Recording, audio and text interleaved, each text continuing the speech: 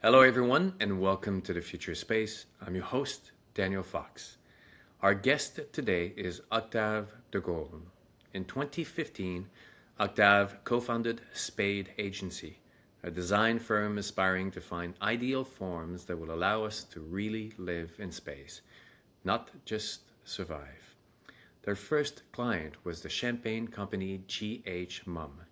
In September of 2018, after 3 years of research, including several zero-G flights, Octave and his team unveiled their first creation, the Mumm Grand Cordon Stellar, a bottle of champagne for space set to be served on privately owned space exploration company Axiom Space.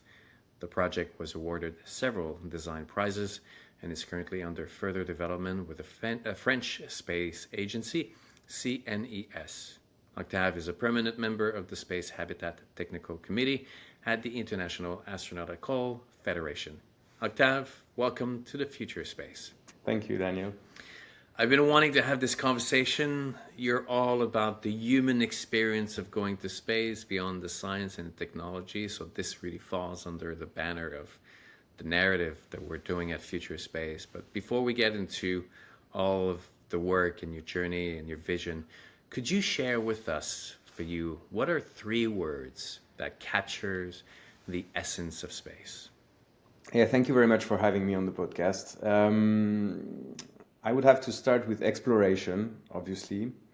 We're talking a lot about space. Some people have difficulties also figuring out what's at stake, if we are going just to send billionaires, if we are having to send robots, what does it mean to go to space? And I really like to recenter the idea around the exploratory mission that we have in space.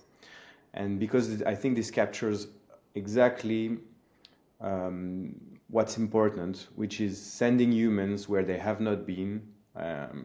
We are not solving an equation. We are actually wandering and trying to venture the unknown and maybe learn something either about ourselves or the whole universe, or where we come from, or where we are heading. And this idea that we are not simply ticking a box, and that we are actually wandering in the unknown, as many humans did before, at sea, at land, and if you look at the story of exploration and the story of discovery, this is a fantastic one. This is the one that always gave a solution we couldn't foresee. And so the drive for me is really exploration and venturing in this unknown, which brings me to a possible second term that I like to add when talking about space, which is territory. Territory is an idea. Literally, it means land. So I'm happy about this term, because it's typically not land, but it also comes from the idea of what surrounds a city, what surrounds a place we know. The territory is usually linked to some kind of governance, and I like to think that exploring space, we are exploring a territory. Today it's the outskirts of Earth, tomorrow maybe the solar system.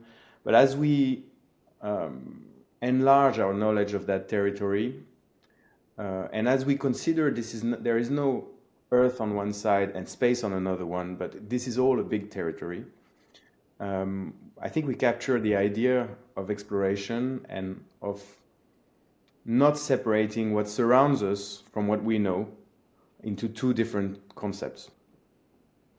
And obviously the third one for me will be culture, because as a designer, I started to work on space because of the cultural images that a lot of people have of space, and I was actually questioning these. I was not mesmerized by it. I was questioning, why are we fascinated by Star Trek and 2001: Space Odyssey, and why there is a culture of shapes that we associated with space that's called space age, and why we project onto space an ideal world, in a way, how this projection could be analyzed. So that was the starting point of my journey as a space designer. And then I slowly looked at the difference between the idea that we had of space and the construction in the culture that we have of space and what it is actually. If you look at the interior of a space station, I often used to say it looks like the interior of a PC. You know, it's full of wires. It's really uninhabitable, and when you compare this ideal world, white, completely immaculate, where nothing comes out of any drawer, you know, when everything seems to be at its place, and this being what we project to be an ideal space, and the difference with the current one, I thought this cannot be that we as designers, we don't investigate that topic, you know.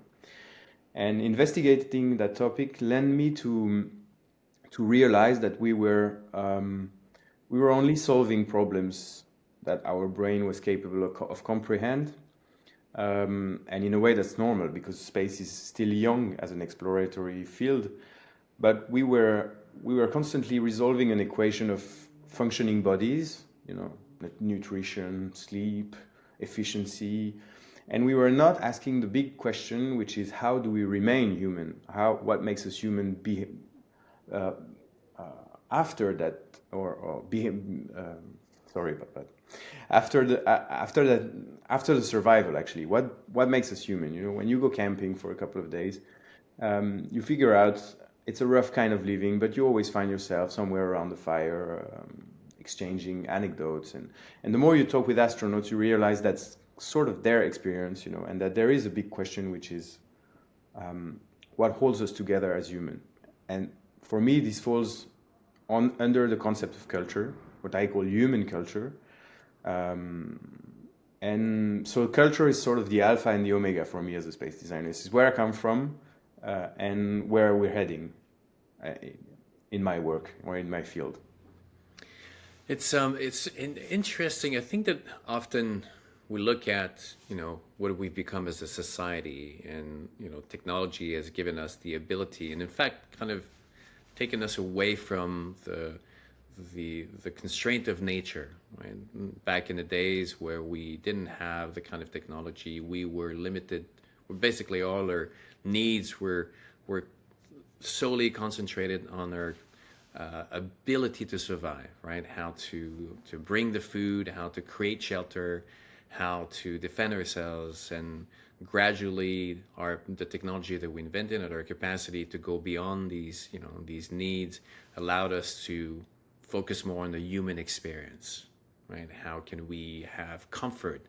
And I'm always interested in the history of design. The other day I was listening to a podcast and they were talking about how just the invention of a chair, right? Back in the days, your fire was located in the center of your room. Like if you go into the old days of Japan or Foyer, yeah. medieval, yeah, it was there was not even just against the wall. It was in the middle of the room, and people would aggregate, and people were sitting on the floor, so the heat would kind of move around.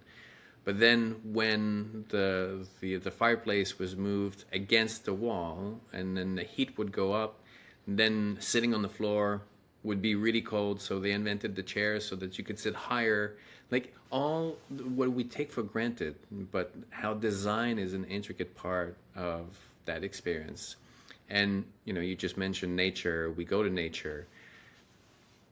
The vast majority of people enjoy nature because you can go and you can come back, right? It's not something that you have to live with day in, day out, the constraints of it and the lack of comfort. And now we look at space, and space has been a kind of a wild, hardcore camping, you know, expedition where you're sleeping, you know, there's no human experience. It's extreme. It's just for the sake of the engineer and the form and the function. But no one wants to go to space really and live like this. What's interesting is that you have all this programmatic schedule, like you mentioned, that put these humans into these tin boxes and have them perform tasks, you know. But if you talk with astronauts, you quickly understand that they've taken every opportunity they could to share a meal, drink a bottle of wine, speak about their culture.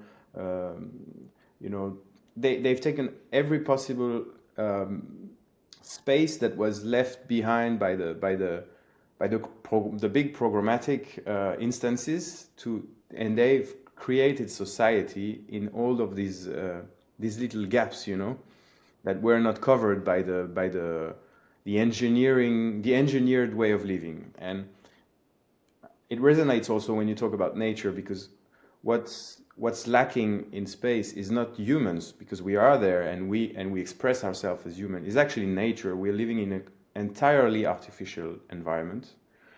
Outside of that environment is a nature we cannot really comprehend. It's void, it's darkness, it's crazy temperature. So it is nature, but not the nature we are accustomed to. So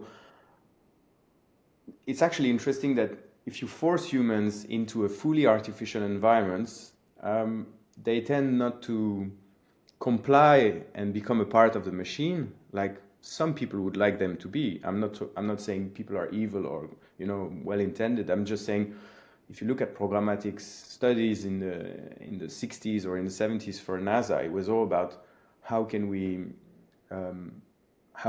make a human fit into a complex machinery, being a part of that machinery, you know. And quickly some people raised concerns about sending humans and say, why don't we replace with robots? You know, they are more performing, they don't need food, they don't need, and this kind of debate still exists, you know. But what's interesting is that we are continuing to sending humans, and if you think about it, it's pointless to send humans just to perform tasks that robots will do better. What we are sending humans to do is to express their humanity, harvest impressions of space, come back for the masses with a viewpoint on space, you know, and what it can teach us.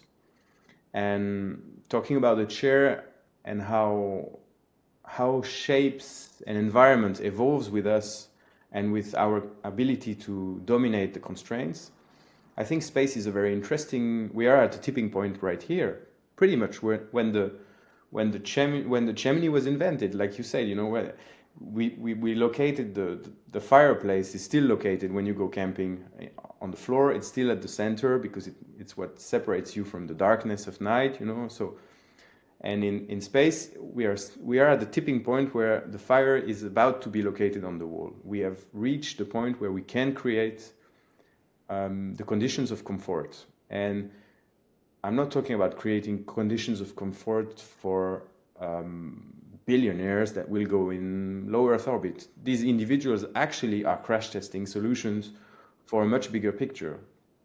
What I'm interested in is that once you create comfort, you don't have to rely on professional astronauts only to do that exploration.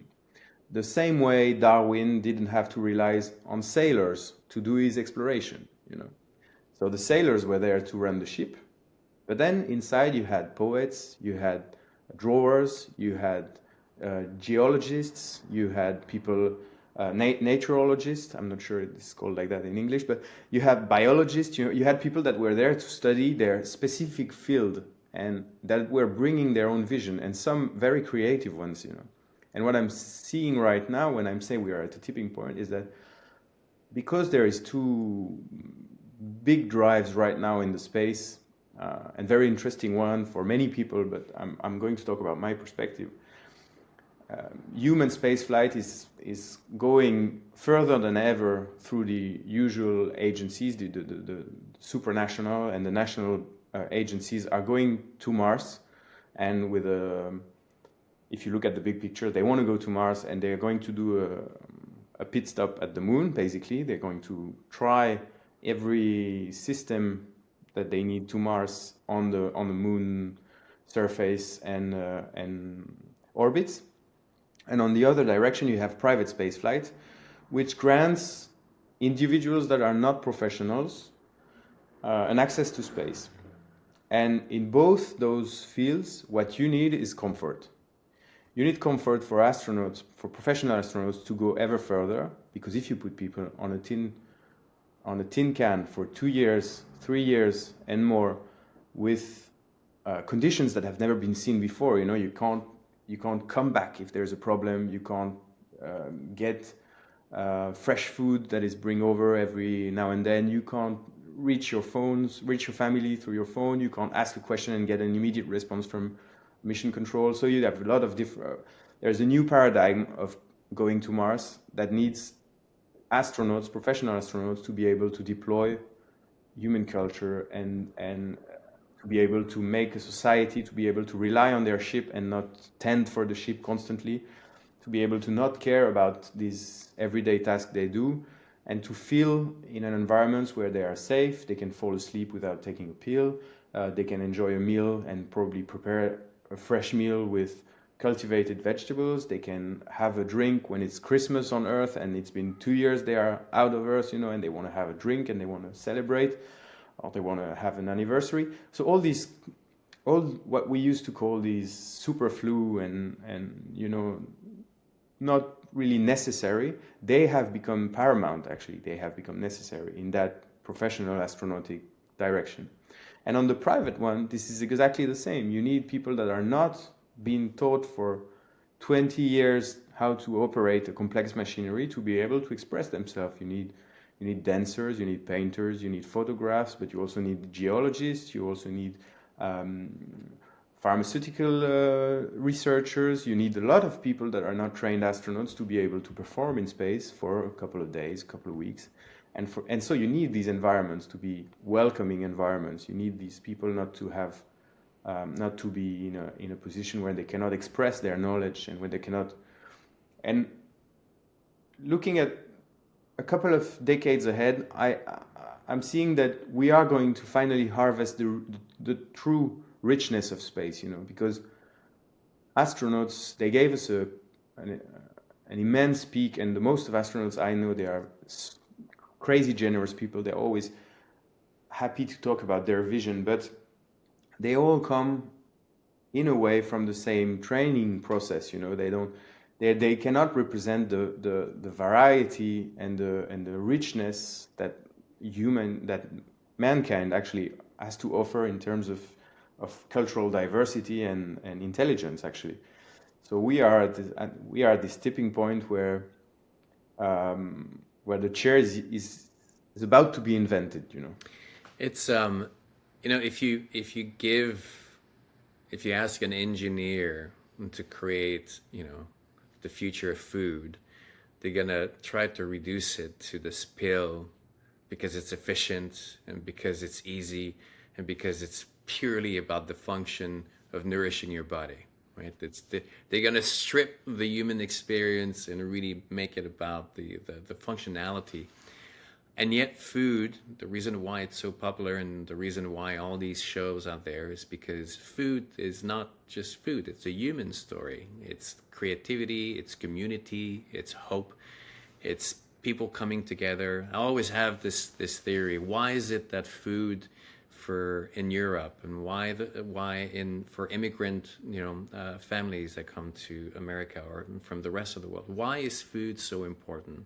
It's because, and that's a theory, it's not been proven, but if you come from a history that has generations of suffering and tragedies where things that you had are taken away, if you can find yourself around a table with others and breaking bread, then you have hope, right? In the worst of tragedies, if you can have that community and then you can have a piece of bread and you can share it, then you have that tomorrow and then you have that hope. And that's the fireplace, right?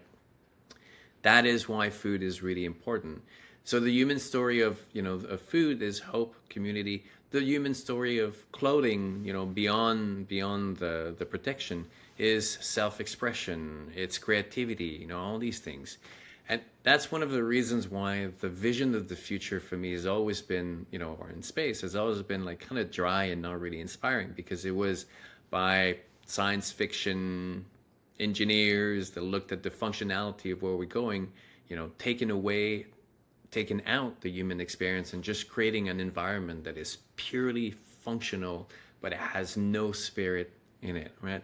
Even just for me, Star Trek, everybody's, dressed the same, just this spandex thing with just different colors. I'm like, really, is this the idea of a future? We're all going to be dressed the same thing because Now we're like all part of a hive, of a community. It's so counter what we're working on. And so back to that second question. So for you, the human story of going to space, and I think this is what we've been discussing, but can you take it a little bit further in of the human story of going to space? Yeah, I'm going to talk again about my point of view because everything that you say is really interesting. And when I started my journey into that space field, I was also a bit not, I wouldn't say angry, but I had something, with engineers saying, why do you constantly just solve the problem in the most efficient manner um, without asking yourself the 2, 3 extra question? And this is also because we live in a world. So before I start, of course, space exploration is 70, 80 years old. And of course, we need to, I mean, hats off to all these engineers that actually thought about everything that's happening right now in space. You can't just come around 70 years after and complain that they didn't invent it the way, or the way you thought that was. They had to fight such constraints and actually deploy such creativity, even in the works of mathematics and physics and astrophysics and rocketry, that all these people are in a way very creative. But going back to when I started this journey, so I was a bit fed up with the engineer way of thinking. And it's true that today we can afford to think differently.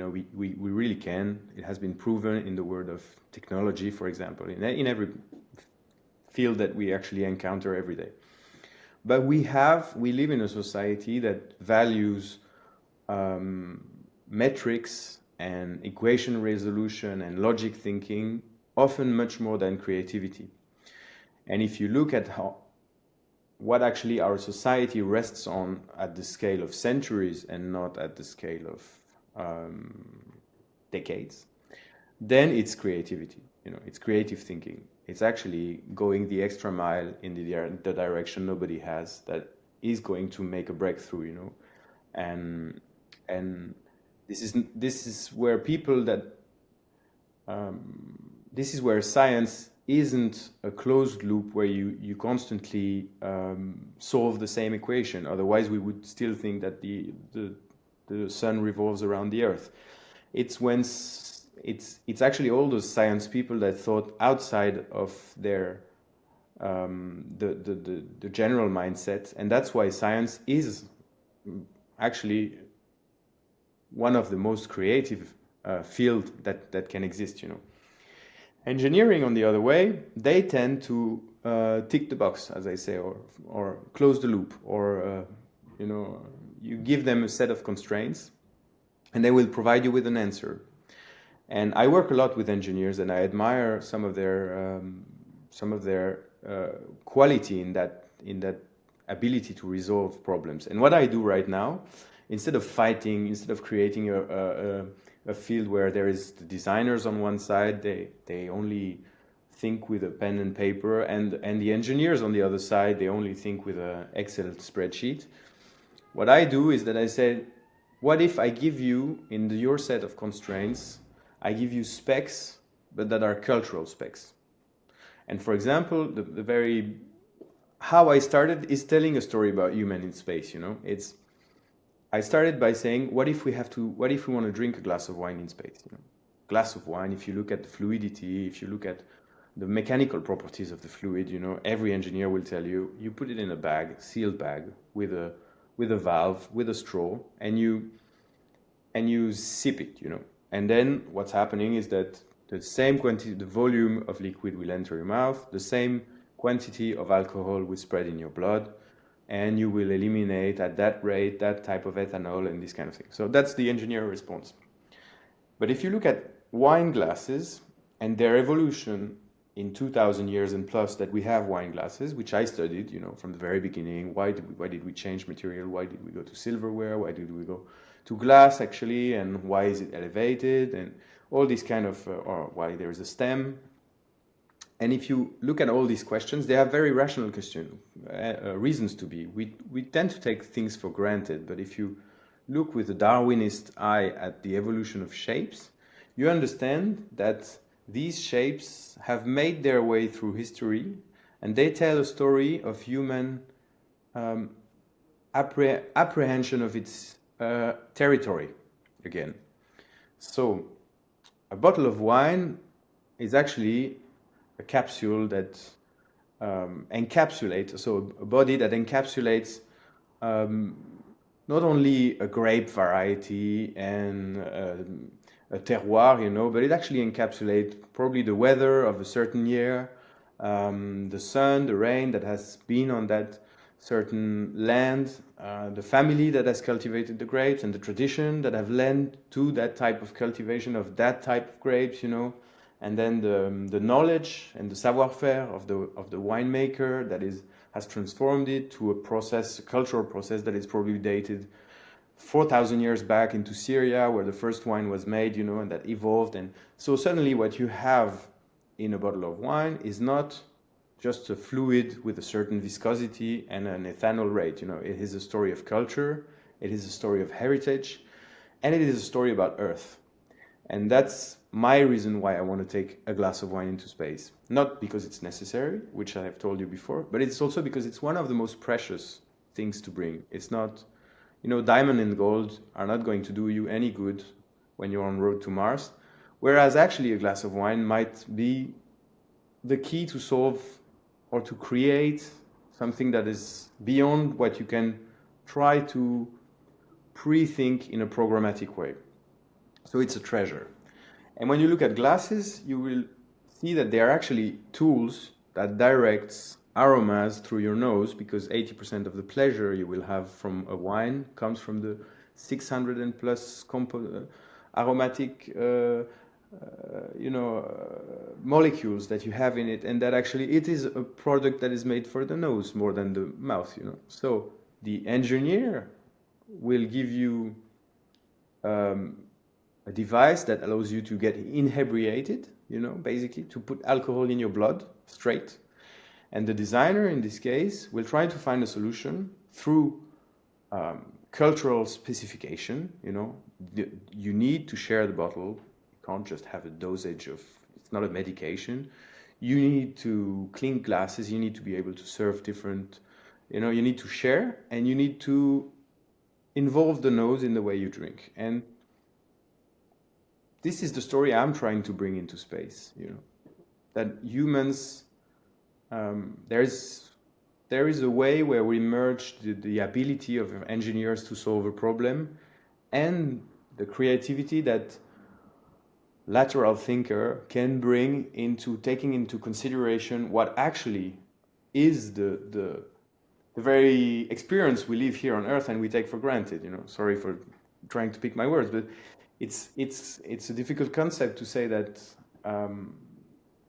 if you have to look closely at these things, you know, and to see that they trace back so many years, centuries, millenaries before us, you know, as far as we can look back, you know, we have people drawing on the walls and sharing a meal around a fire and dancing and getting dressed in a way that protects them from evil or allows them to celebrate, or and wearing makeup, you know, and these behaviors, they tell a story of cultural rituals, you know, and if we forget that story on Earth, there is no point bringing humans to space.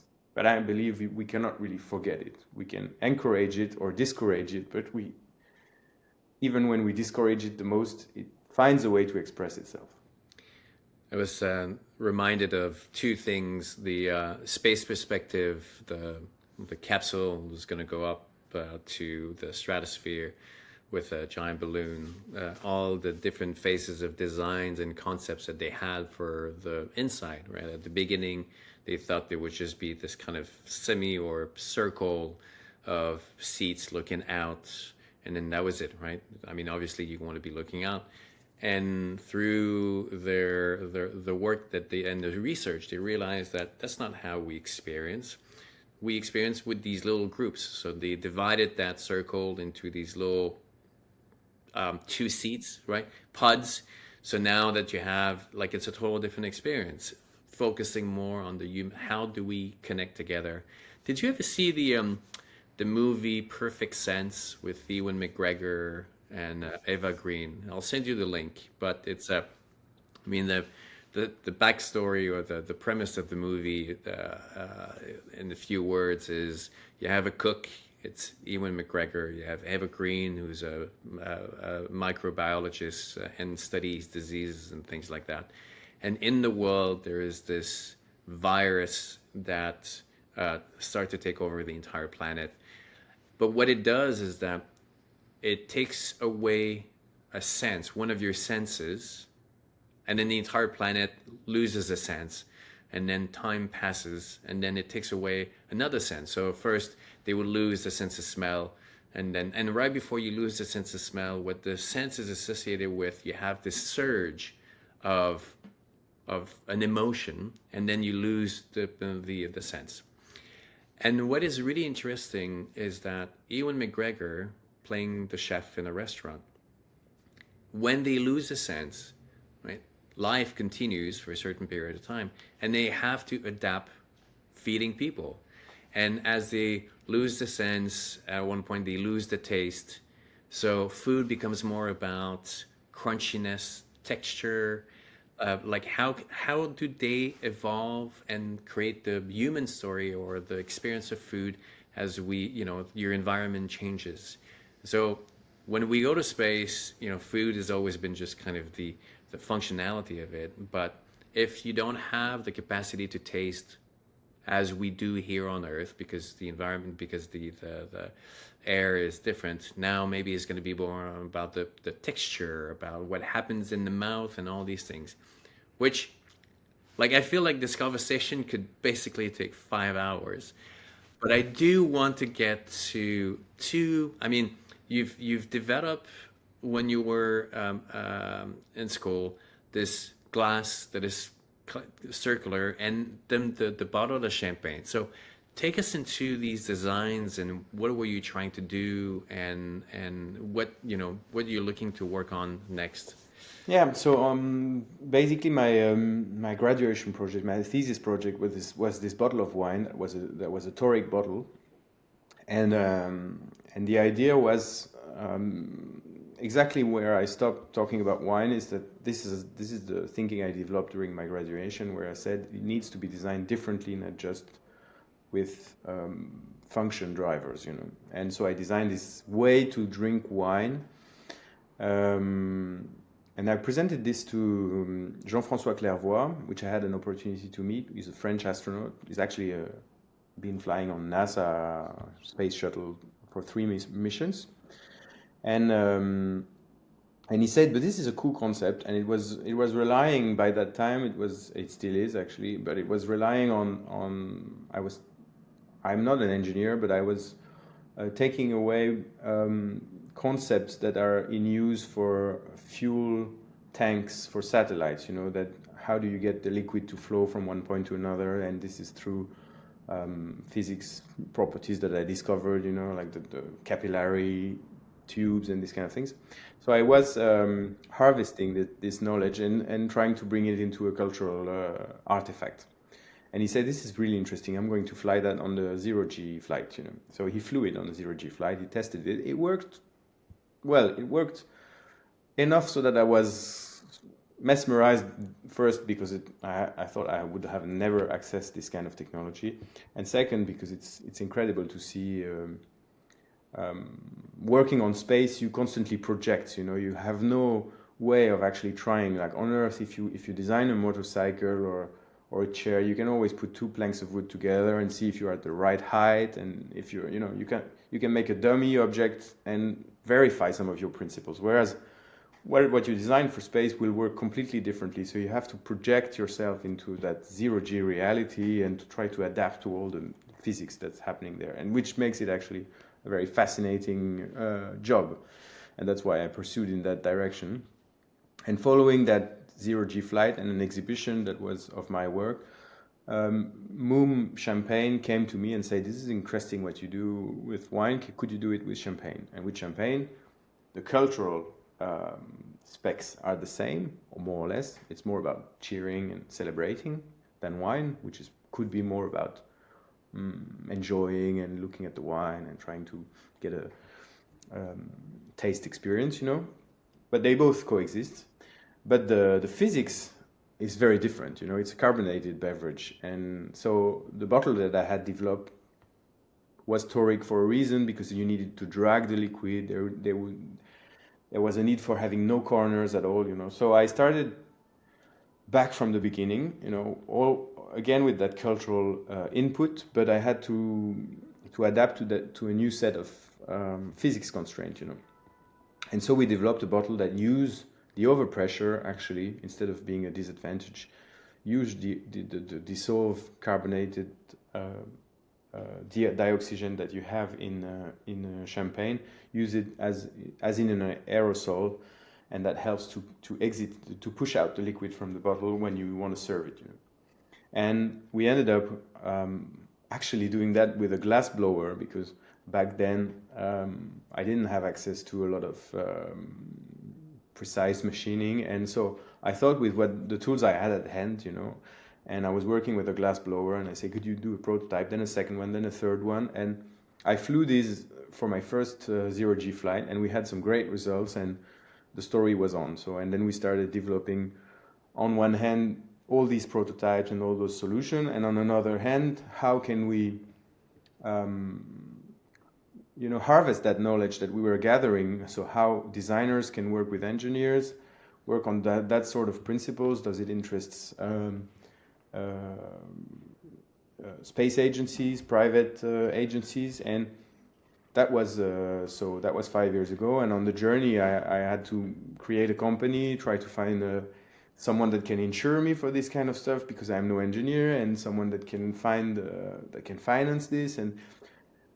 And we've been creating an ecosystem where designers and engineers work really together now, and we have credibility, enough of credibility, so that engineers, you know, they just don't say, oh, you guys, you're just about the envelope and the sexiness of things, you know. We're actually bringing something to the table that is of interest for them, for the space agencies also. And we work on, basically now we work on what has been regarded as bodily functions, nutrition, sleeping, you know, and we try to interrogate these big fields with a creative eye, and trying to think, okay, how we sleep is actually how we rest in our intimacy, you know, how we find ourselves alone in a place that is crowded, that is of very little intimacy. So when you sleep is a moment where you surrender your body. And so we try to interrogate things differently than just what is the sleeping position and what kind of chemicals you take to sleep, because it's no secret that actually a lot of astronauts, you know, they are so disturbed by the end of circadian circles that you have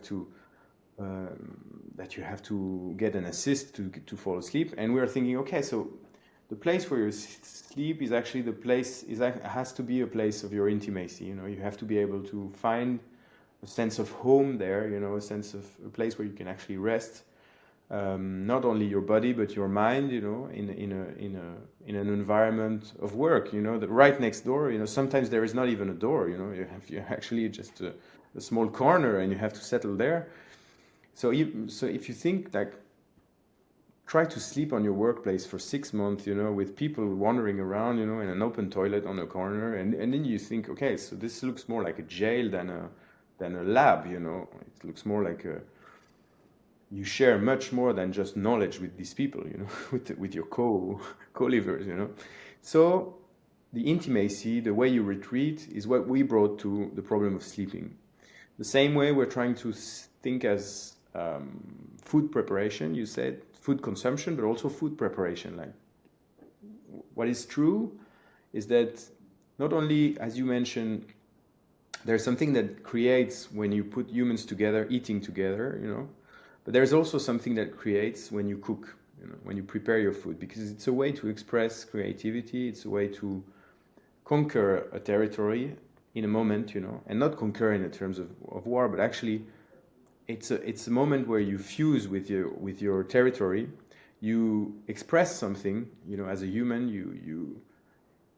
Some people paint, some other dance, some do photographics. When you cook, I know that because I cook every day, and I realized I actually need the cooking to unwind from my day of work, and that's actually more, it's a meditative things. And I'm not saying I'm cooking, with Zen music and very slowly. I'm cooking in a hectic way because I'm in a hurry. I need to feed my kids, But mentally, what happens is meditative, It's something that is help you reconquer the time, express your creativity, unwind from the stresses of your work. So it has a lot of. So food is not is a massive topic, but it's not only about consumption. It's also about preparation, and this preparation, these ideas, they actually echo a lot with constraints that you will have on a journey to Mars, where you will have to cultivate your own vegetables and to not rely on pre-preparated food stock, because this doesn't add up. And when you start thinking that we could, because we are starting now, and because we have, we as a Spade, the agency that I've founded, and that is mainly composed of designers. I'm really trying to bring the designer's mind and the way we process the creation of an object and the analysis of an experience into, I'm bringing it high enough in competence so that we have the attention of engineers and programmatics, program managers, and we have it right now because this kind of thinking echoes with what they will have to face in 2, 3, 4, 5 years when they prepare for a journey to Mars in 10, 20 years, And what I'm offering right now is that we actually test these solutions in low Earth orbit. We use those platforms, those private platforms, where there is a need for welcoming people in a right way. We use this platform to develop and to imagine the future of spaceflight, not for the sake of it, not to make luxury hotels on orbit, but actually because this is the next key element that we will need to explore further. It reminded me back in the days of the European migration, crossing the ocean. Like every time that I find myself on a cruise ship, not the big ones, but the small ones, but the thought process is still the same. Back in the day, back in the 1500s or 1600s, the conditions in where they would navigate the ocean. I look at these replicas of these ships, and you're like, how many people were on that? And they were eating, and the proximity and how, like, the human experience was like basically misery because of everything. And now we're either flying or we're navigating, the oceans, and it's literally just incredible. I agree with you, and I think it's even more incredible if you look at airplanes. If you look at the airplanes 120 years ago, we're not talking about centuries. 120 years ago, airplanes are zero.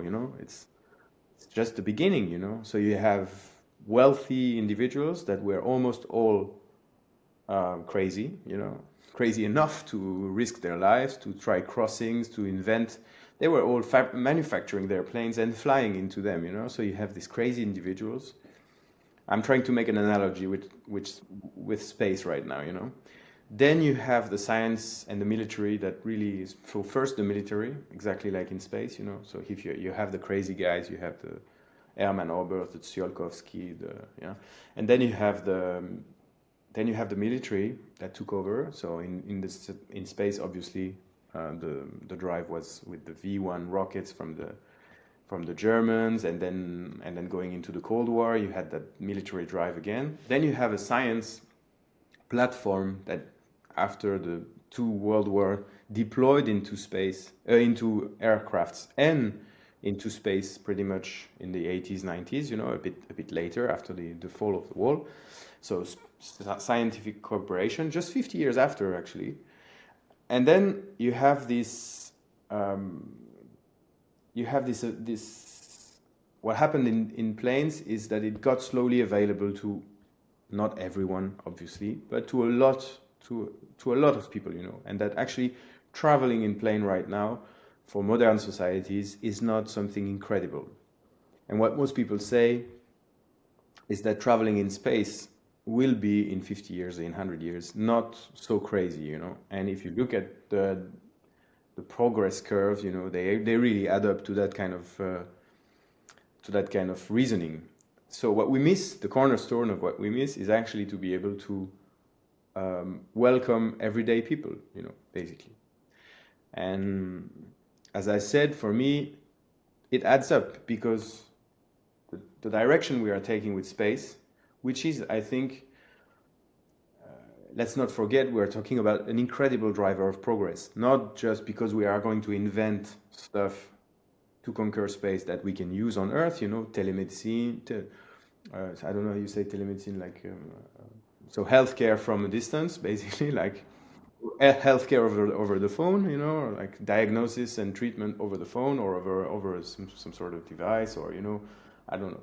A lot of things have been invented for space and that we enjoy today, you know, like these AirPods that you have, the technology that silencing was invented for the space shuttle because the noise was not sustainable in the space shuttle. So they invented that technology there. So obviously there's this thing that we all know that it feeds sort of high-tech innovations for Earth. But what's interesting is what we don't expect that space is going to bring to us, you know, and how exploration, like it had for the sea and the land and the heights and the depth of oceans, what we learn from the depth of ocean, and we've only explored 4%, is actually key for understanding the biology of everything, you know, and probably tackling problems that have to do with climate, and that maybe a microalgae is going to bring the solution, you know, probably actually. But what we are going to learn in space and what we don't expect, so the encounters that we are going to do, and I'm not talking about little green men, but the encounters of ourselves and of nature that we have never witnessed, and of knowledge that cannot yet be apprehended because it's not part of our scope of mind, you know. This is key, actually. This is something we have to pursue because, I mean, the universe is vast, and Earth is not finite. It's not I don't want to go into philosophical thinking there. It's just typically logical, you know. That's why I want to talk about territory, is because the surrounding is part of Earth, actually. You know, moon is a part of Earth. Everyone can understand that, you know. You see the moon every day, or not every day, but every month you see the moon, you know, with some few exceptions. You see the moon, you see the sun. They are part of Earth, you know, and they have been considered part of Earth and orbiting both around Earth for centuries, you know. The science has proved that wrong, but in our general idea of the universe, they are part of Earth, and then the rest is the stars. Maybe they are a bit, you know, but actually no, we have to extend that. You know, the galaxy is part of Earth, conceptually, you know. Obviously, we are part of the galaxy, you know, scientifically, but conceptually, we as human, this is our territory, you know. Yeah. I've always said that it would be shame for life to spend billions of years in developing in complexity, right? Starting from a microbe or little single cell organism and having all this evolution only to be limited on this tiny little speck in the grand scale of the universe, right? If you're gonna if you're gonna do all this, if you're gonna spend all this energy in developing, well, ultimately is because you want to get to a point where you can continue and go beyond, and you know, and continue the life story, right? We've created a story around something that is about life and nature. Right? It constantly wants to go beyond and evolve and adapt and continue. So the humans are about to give that that life, its biggest push, maybe since we came down from the trees or we came out of the earth, right? We're about to really give it longevity beyond where it started so it can continue propagate. Octave, we could talk about champagne, we could talk about food, we could talk about anything because it's the design and the human story. Like we speak the same language, but for the sake of timing, I'm really interested of what would be Octave's. Well, I mean, now that you've started, you've done these amazing designs, and you have family, you have 2 kids, you have a business, and you're really fully into the human experience of what it is to live. What would be Octave's 3 words of wisdom? Well, I'm going to be probably people are going to find that I'm on a loop, but I will have to state again that exploration is key, and that's not about space necessarily only about space. For me, I think we disregard too much the benefits of actually wandering in a field, in a physical or in a mental place you have not been, not looking for anything. And I'm not saying that, you're going to use serendipity to I'm not really into that kind of thing. I'm just saying wandering, not trying to solve a problem. Our day-to-day life is about solving problem, and we put not enough energy, I think, into just exploring, just seeing where things go, dedicating a bit of time. And if you look at space, actually, most of people think that human in space is the big picture of space exploration, and it's not. It's not even 1% of the budget, It's not even 0.1% of the budget, Most of space exploration or space uses is dedicated to telecom, surveillance, robotic exploration, satellite imagery, and all good things that we use every day, But human exploration is really the tree that hides the forest, It's a fragile program with few individuals, with lots of people that really don't see the point, And I encourage people to see how exploring can make a difference in their everyday life, and how we have to back that kind of human adventure that is actually key, because it's not answering a problem, it's not ticking a box, it's actually opening doors that we don't know where they lead. So exploration is key would be my only statement if I had to make one, Then, I don't know, let's also not forget, in this kind of situation and in every situation, let's try to also not forget where we come from. And I'm saying that for astronauts that are going to go to Mars, but also for all the people making the programs for them, because where we come from is obviously Earth, but it's also something we tend to disregard, a history.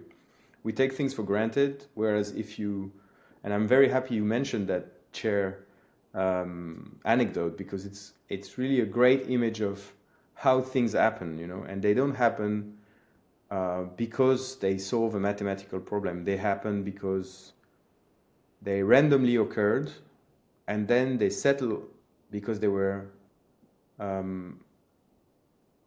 the right time, at the right place, and they were fulfilling something.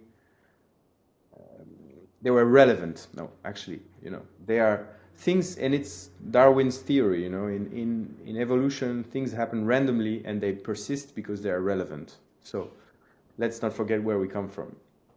And I don't think I have a third word of wisdom. Yeah, maybe a general word about design. I hope I have contributed to make people think that design is not only about the look and feel of things, that it is a science of deconstructing experiences, see how they work, see on what sort of shapes, physical but also mental shapes they rest, and that design is one of the greatest challenges. Space is one of the greatest challenges design has ever had to face, because we can't rely on principles that were, of balance, of weight, of usability, of ergonomics that we have been using on Earth for forever. We have to find a new way for shapes to be reliable again, because if you bring a chair with 4 feet on space, it's not going to be useful. It's not going to be relevant. But what is relevant is that we use chairs to sit around tables, and we do society around tables, and we need a place where we are all on the same axis, on the same height, and that we are able to deploy